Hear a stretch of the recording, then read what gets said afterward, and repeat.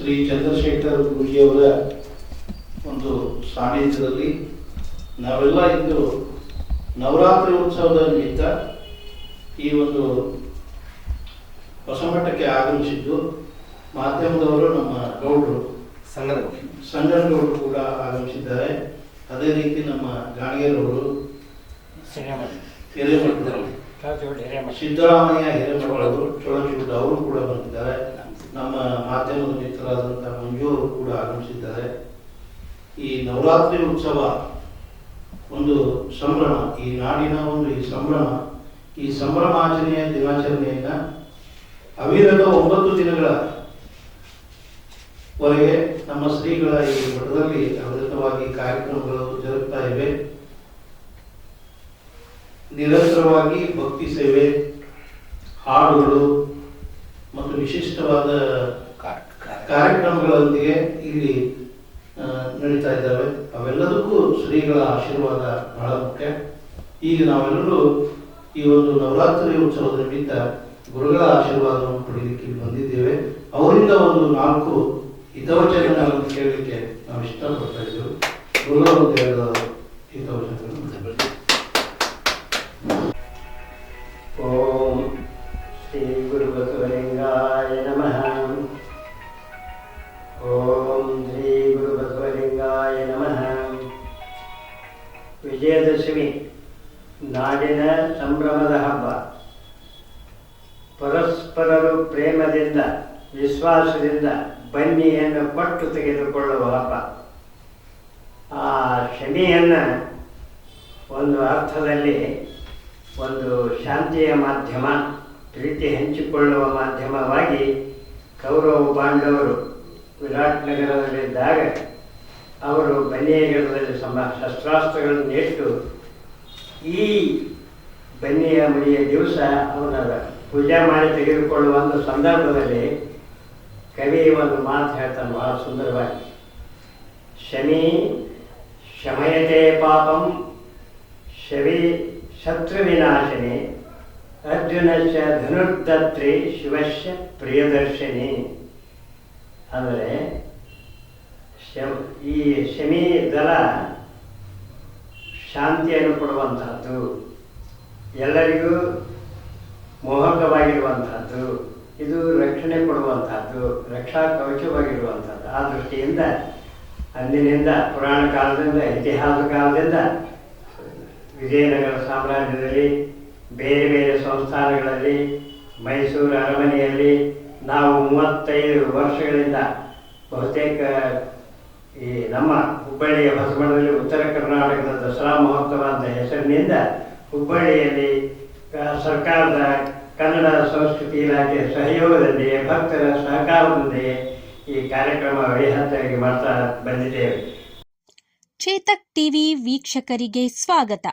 ಹುಬ್ಬಳ್ಳಿ ದಸರಾ ಮಹೋತ್ಸವ 2025 ದಿನಾಂಕ 24/9/2025ರಿಂದ 2/10/2025 ಶ್ರೀ ಹೊಸಮಠ್ ಅಕ್ಕಿಹೊಂಡ ಹುಬ್ಬಳ್ಳಿಯಲ್ಲಿ ಪ್ರತಿ ವರ್ಷದಂತೆ ಈ ಬಾರಿಯೂ ಭಕ್ತಿಭಾವ, ಸಾಂಸ್ಕೃತಿಕ ಸೊಗಡು, ವೈಭವದಿಂದ ಕೂಡಿದ ಹುಬ್ಬಳ್ಳಿ ದಸರಾ ಮಹೋತ್ಸವ 2025 ಭವ್ಯವಾಗಿ ಜರುಗುತ್ತಿದೆ. ಈ ಮಹೋತ್ಸವದ ಉದ್ಘಾಟನೆ ದಿನಾಂಕ 24 ಸೆಪ್ಟೆಂಬರ್ 2025ರಂದು ನೆರವೇರಲಿದ್ದು 2 ಅಕ್ಟೋಬರ್ 2025ರವರೆಗೆ ನವರಾತ್ರಿ ಉತ್ಸವಗಳು ಭಕ್ತಿಭಾವದಿಂದ ಆಚರಿಸಲಾಗುವುದು. ಈ ಬಾರಿ ಮಹೋತ್ಸವವನ್ನು ಪರಮಪೂಜ್ಯ ಡಾಕ್ಟರ್ ಶ್ರೀ ಜಗದ್ಗುರು ಚಂದ್ರಶೇಖರ್ ಶಿವಯೋಗಿ ರಾಜಯೋಗೀಂದ್ರ ಮಹಾಸ್ವಾಮಿಗಳು ಅವರ ದಿವ್ಯ ಸಾನ್ನಿಧ್ಯದಲ್ಲಿ ಹಮ್ಮಿಕೊಳ್ಳಲಾಗುತ್ತಿದೆ. ಸ್ವಾಮೀಜಿಗಳ ಮಾರ್ಗದರ್ಶನದಲ್ಲಿ ಭವ್ಯ ಮೆರವಣಿಗೆ, ಅಲಂಕೃತ ವಾಹನ ಸವಾರಿ ಹಾಗೂ ಭಕ್ತಿ ಭಾವಪೂರ್ಣ ಕಾರ್ಯಕ್ರಮಗಳು ನಡೆಯಲಿವೆ. ಕಾರ್ಯಕ್ರಮದ ವಿಶೇಷತೆಗಳಲ್ಲಿ ಮಠದ ಆವರಣದ ಅಲಂಕೃತ ವಾಹನದಲ್ಲಿ ಬನ್ನಿ ಮುಡಿಯುವ ಮೆರವಣಿಗೆ ನಡೆಯಲಿದೆ.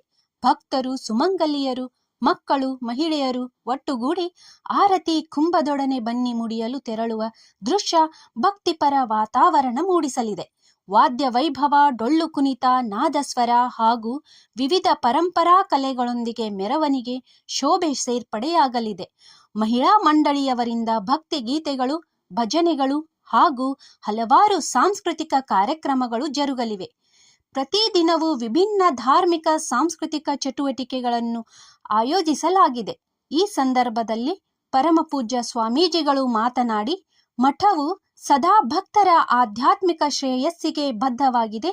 ಆದ್ದರಿಂದ ಎಲ್ಲ ನಾಡಿನ ಸದ್ಭಕ್ತರು, ಯುವಕರು, ಮಹಿಳೆಯರು, ಮಕ್ಕಳು ಹೆಚ್ಚಿನ ಸಂಖ್ಯೆಯಲ್ಲಿ ಭಾಗವಹಿಸಿ ದೇವರ ಕೃಪೆಗೆ ಪಾತ್ರರಾಗಬೇಕು ಎಂದು ಆಶೀರ್ವಚನ ನೀಡಿದರು. ಹುಬ್ಬಳ್ಳಿ ನಗರದ ಜನತೆಗೆ ದಸರಾ ಉತ್ಸವವು ಒಂದು ಸಾಂಸ್ಕೃತಿಕ ಹಬ್ಬದ ಸಂಭ್ರಮ. ಭಕ್ತಿ ಭಾವನೆ, ಸಾಂಸ್ಕೃತಿಕ ವೈಭವವನ್ನು ಒಟ್ಟುಗೂಡಿಸಿ ನಡೆಸಲಾಗುತ್ತಿರುವ ಈ ಮಹೋತ್ಸವದಲ್ಲಿ ಭಾಗವಹಿಸಲು ಮಠದ ಪರವಾಗಿ ಹಾಗೂ ಎಲ್ಲರಿಗೂ ಹೃತ್ಪೂರ್ವಕ ಆಹ್ವಾನ ನೀಡಲಾಗಿದೆ. ಅದನ್ನು ನಾವು ತಿಳ್ಕೊಂಡಿಲ್ಲ, ಅದೇ ನಮ್ಗೆ ಇದು ಆಗ್ತಾ ಇದೆ. ಅದಕ್ಕೆ ತಲೆಗಳು ದೊಡ್ಡದಾಗ್ಯಾವ, ಹೃದಯ ಸಣ್ಣವಾಗ್ಯಾವ. ಶಿಕ್ಷಣ ಬಹಳ ಆಗಿದೆ, ಸಂಸ್ಕಾರ ಹೃದಯವಂತಿಕೆ ಬಹಳ ಕಡಿಮೆ. ಇವತ್ತು ಜಗತ್ತಿನಲ್ಲಿ ನಮ್ಮ ಶರಣರು 900 ವರ್ಷಗಳಿಂದ ಶರಣರು ಬಹಳ ಸುಂದರವಾದ ಮಾತನ್ನು ಹೇಳ್ತಾರೆ. ಅವತ್ತೇ ಹೇಳ್ಬಿಟ್ಟಾರ, ಅದನ್ನೇ ಈಗೂ ಲೆಕ್ಕಾಚಾರ ಮಾಡಿ ಹೊಂಚ್ಕೋಬೋದು ನಾವು. ಬಹಳ ಸುಂದರವಾಗಿ ಚನ್ನಬಸವಣ್ಣವರು 12ನೇ ಶತಮಾನದಲ್ಲಿ ಮೊದಲನೇ ಪಾರ್ಲಿಮೆಂಟ್ ಯಾವುದು? First parliament. ಈಗ 10-12 ವರ್ಷದಿಂದ ಡಬ್ಲ್ಯೂ ಅನ್ನುವಂಥ ಒಬ್ಬ ಸ್ಪೀಕರ್, ಪಾರ್ಲಿಮೆಂಟ್ ಸ್ಪೀಕರ್, ಇಂಗ್ಲೆಂಡದ ಸ್ಪೀಕರ್, ಪಾರ್ಲಿಮೆಂಟೇ ಒಂದು ಮಾತು.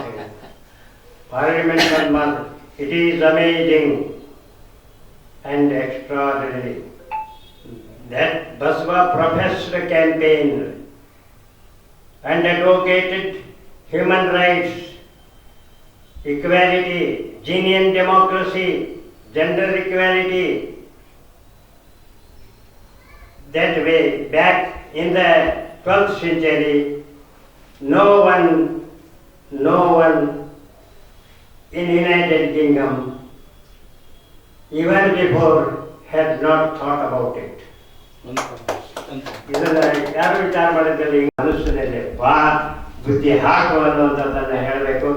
ಅದಕ್ಕೆ ಬಸವಣ್ಣವರು ಇವ ನಾರವ ಎಂದೆನಿಸದಿರಯ್ಯ, ಇವ ನಮ್ಮವ ಎಂದೆನಿಸಯ್ಯ, ಕೂಡಲ ಸಂಗಮ ದೇವ ಇವ ನಿಮ್ಮ ಮನೆಯ ಮಗನೆಂದೆನಿಸಯ್ಯ ಅನ್ನುವಂಥ ಮಾತು ಕೂಡ ಇದೇ ಅರ್ಥವನ್ನು ಒತ್ತಿ ಹೇಳ್ತಾ ಇದೆ.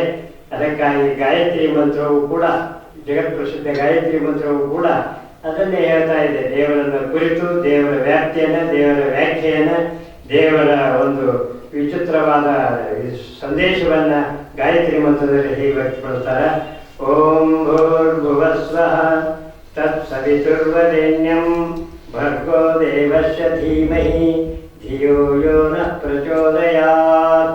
ಇದರ ಅರ್ಥ ಏನು ಅಂದರೆ, ಓ god, giver of life, remover of pain and sorrow, bestower of happiness, creator of this universe, thou art most luminous, pure and adorable. May thou inspire or guide our intellect in the right direction.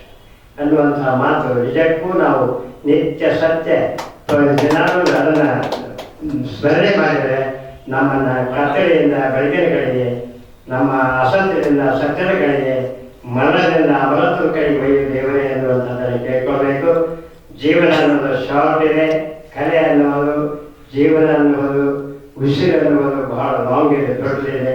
ಅದಕ್ಕಾಗಿ ದೇವರು ಎಲ್ಲರಿಗೂ ಒಳ್ಳೆಯದನ್ನು ಮಾಡಲಿ, ಒಳ್ಳೆಯ ಬುದ್ಧಿಯನ್ನು ಕೊಡಲಿ, ಎಲ್ಲರಿಗೂ ಸುಖ ಶಾಂತಿ ನೆಮ್ಮದಿಯಿಂದ ಇರುವಂತೆ ಆಶೀರ್ವದಿಸಲಿ ಅನ್ನುವಂತಹ ಸಂದೇಶವನ್ನು ಈ ವಿಜಯದಶಮಿಯ ಸಂದರ್ಭದಲ್ಲಿ ನಾವು ಸಂತೋಷದಿಂದ ಈ ಸಂದೇಶವನ್ನು ಎಲ್ಲರಿಗೂ ಅರ್ಪಿಸಿ ಸರ್ವರಿಗೂ ಶರಣಾರ್ಥಿಗಳನ್ನು ಹೇಳಿ ನಮ್ಮ ಮಾತನ್ನು ನಿರ್ವಹಿಸುತ್ತೇವೆ. ಓಂ ಶಾಂತಿ. ಗುರುಗಳು ಈವರೆಗೆ ವಿಜಯದಶಮಿ ಹಬ್ಬದ ಕುರಿತು ಮತ್ತು ಈ ಭಾರತೀಯ ಪರಂಪರೆಯ ಕುರಿತು ಬಹಳ ಸುಂದರವಾಗಿ ಹೇಳಿದರು.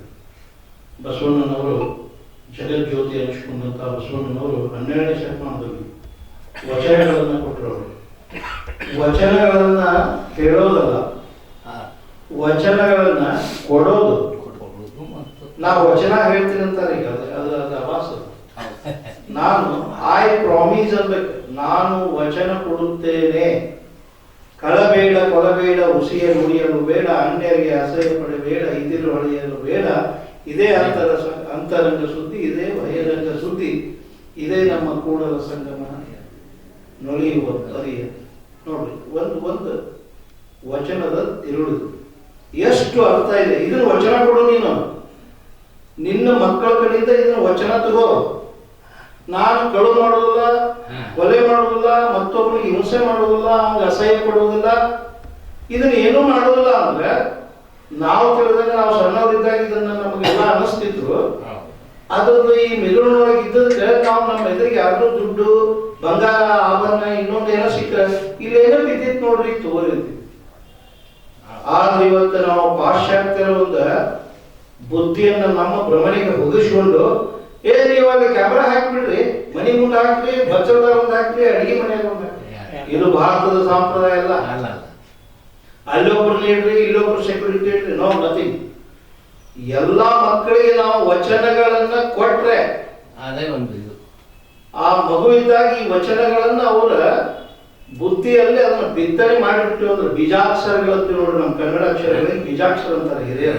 ಬೀಜ ಊರಿ ಬಿಡ್ರಿ, ಆ ಗಿಡ ಎಷ್ಟು ಬೆಳೆದು ದೊಡ್ಡದಾದಂಗ ಕಪಾಳಿಗೆ ಹೊಡೆಯೋ ಶಕ್ತಿ ಬರುತ್ತೆ. ಅವ್ನಿಗೆ ಯಾರು ತಪ್ಪು ಮಾಡಿದ್ರೆ ಅದು ಯಾರು ಮುಟ್ತಾ ಇದೆಯಲ್ಲ ಅಂತ ಕಪಾಳಿ ಬಿಡ್ತಾನ. ಈ ವಚನಗಳನ್ನ ಯಾವ ಕೊಡ್ತಾ ಹೋಗ್ತಾನ ಅವನಿಗೆ ಗಟ್ಟಿತನ ಬರ್ತದೆ, ದಿಟ್ಟತನ ಬರ್ತದೆ. ಹೌದಲ್ರಿ ಅಂತ ಹೇಳಿ ಬಸವಣ್ಣನವರು ಈ ಜಗತ್ತಿಗೆ ಜ್ಯೋತಿ. ನೋಡ್ರಿ, ಇದು 12ನೇ ಶತಮಾನದಲ್ಲಿ ಆದಂತ ಹೋದಂತ ಘಟನಾವಳಿಗಳನ್ನು ಇವತ್ತು ಕೂಡ ಜಗತ್ತನ್ನು ಅದನ್ನ ಬಯಸ್ತಾ ಇದೆ ಅಂದ್ರೆ ಅರ್ಥ ಅದು ಅಷ್ಟು ಗಟ್ಟಿತನವಾದಂತ ಒಂದು ವಚನ ಸಾಹಿತ್ಯ. ಅದನ್ನು ನಾವು ನೀವೆಲ್ಲರೂ ಅಳವಡಿಸಿಕೊಳ್ಳೋಣ, ವಚನಗಳನ್ನು ಕೊಡೋಣ, ಜನರಿಗೆ ನಾವು ಕೊಟ್ಟು ನಮ್ಮ ಬಾಳನ್ನು ಹಸನು ಮಾಡಿಕೊಳ್ಳೋಣ ಅಂತ ಈ ವಿಜಯದಶಮಿ ದಿನ ನಾವೆಲ್ಲರೂ ಪ್ರಮಾಣೀಕರಿಸೋಣ ಅಂತ ಹೇಳಿ ಶ್ರೀಗಳ ಆಶೀರ್ವಾದವನ್ನು ಪಡೆಯೋಣ ಅಂತ ಹೇಳಿ ನನ್ನ ಮಾತು. ಜೈ ಜೈ. ಈಗ ನಮ್ಮ ಗೌಡರು ಸಂಗನಗೌಡರು ಸಂಗನಗೌಡರು ಅವರು ಒಂದಿಷ್ಟು ಮಾತುಗಳನ್ನು ಹೇಳ್ಬಿಟ್ಟು ಒಂದು ಹಾಡನ್ನು ಹೇಳಿ ಮುಂದೆ ಮಾತಾಡಿ.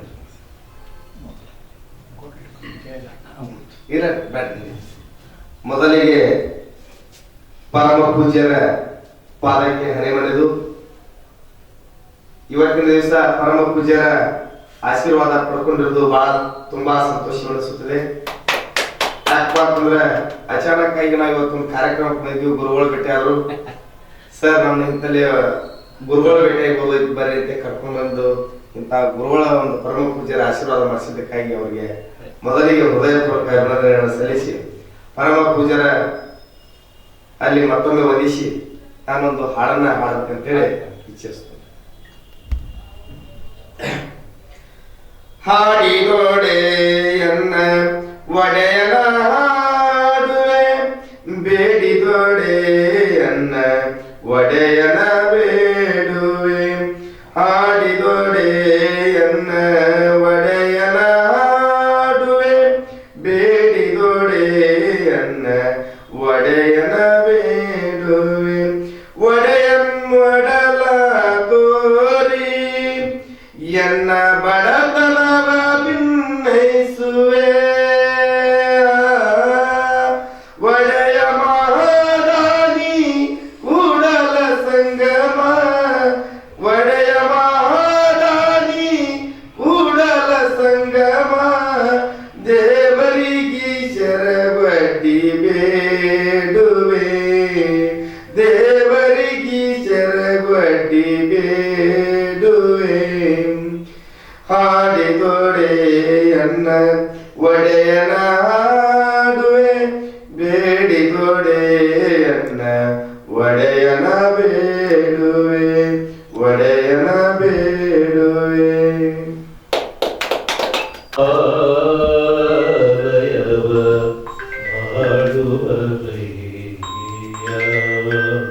ನಾನೇನು ಮಾಡಲಿ ಬಡವನಯ್ಯ,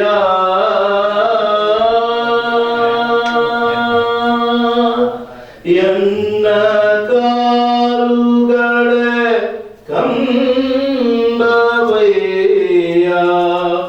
ಎನ್ನ ದೇವರೇ